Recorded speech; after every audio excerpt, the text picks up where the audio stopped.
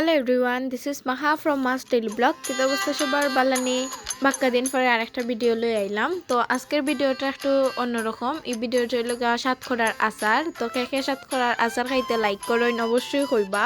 সিলেটি মানুষের তো সাতক্ষরা ছাড়া চলেওই না। তো যাই হোক এখানেও সাতক্ষরা খাইতে লোয়াওয়ার আর এদিকে সাতক্ষরার আচারও দেওয়াল্লায় খাঁটি সরিষার তেল, এদিকে আছে সরিষা বাটা, রসুন আসলো এখানেও পাঁচফোড়ন আর এর মধ্যে আসছিল আবার আস্তা রসুন। তো এদিকে সব কিছু মানে সাতক্ষরা কাটা শেষ। এখানে প্রায় 3 আলির মতো সাতক্ষরা আসিল এন্ড এখানেও মশলা দেওয়া মরিচ, হলুদ, বাকর আর কি লবণ যা যা মশলা লাগে এগুলা দেয়া আগে সবগুলার একসাথে মাখাই লেবা এন্ড হাত দিয়ে মাখাইয়া যে কোনো জিনিস বানাইলে এটা কিন্তু আলাদাই একটা টেস্ট পাওয়া যায়। যেহেতু এগুলারে আগে মাখাইয়া সিদ্ধ দেওয়া হইব এই কারণে হালকা একটু পানি দিলাইছো দেন আবার এগুলারে এখন সুন্দর কইরা চামচ দিয়ে আর কি মাখাইয়া নাড়াচাড়া দিয়ে লাইরা। এই সাতক্ষরার আচারটা বানানি কিন্তু অনেক বেশি সোজা আর অনেক বেশি টেস্টি। এই আচারটা কিন্তু যে কোনো মাংসের মধ্যে দেয়া খাইলে বা এমনিও যে কোনো কিছুর সাথে খাইলে কিন্তু অনেক বেশি মজা লাগে। দেন এগুলো সিদ্ধ হয়ে গেছে আর এদিকে আবার অন্য একটা ডেগের মধ্যে কেন শুকনো মরিচ ভাজি নিলাম, কারণ আচারের মধ্যে যদি শুকনো মরিচ না দেওয়া হয় তো এটার কোনো টেস্ট আসেনি। শুকনো মরিচটা ভাজার পরে এখানে দিলাইলাম আগে যে দেখাইছিলাম খাঁটি সরিষার তেলটা দিলাইলাম। আর এখানে যেহেতু আমরা 3 আলির মতো সাতক্ষরা নিয়েছি এখানে প্রায় 1.5 লিটারের মতো তেল লাগছে। দেন দিলাইলাম এখানে রসুন আর সব কিছু কিন্তু আমরা জিনিসের পরিমাপ মতো লইছি এন্ড এখানে রসুন দিয়ে একটু নাড়াচাড়া দিলাইলাম কারণ রসুনটা একটু ফ্রোজেন করা আছিল। আর এদিকে রসুনটাও কিন্তু ভাজা হয়ে গেছে আর আস্তা যে রসুনগুলো রাখা হয়েছিল এগুলোও কিন্তু তখন দিলাইলাম। আর আস্তা রসুন দিলেও কিন্তু অনেক বেশি মজা লাগে। তো আমরা এর আগে দিছি না, এই ফার্স্ট টাইমে আর কি আস্তা রসুন দিলাম।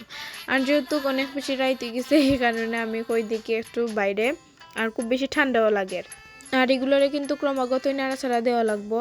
অ্যান্ড পরে যে ইম্পর্ট্যান্ট একটা জিনিস সেটা হলো সরিষা বাটা। এই সরিষা বাটাটা দেওয়ার কারণেই কিন্তু সাতক্ষরার অনেক বেশি একটা ফ্লেভার পাওয়া যায় আর অনেক বেশি মজাও লাগে খাইতে।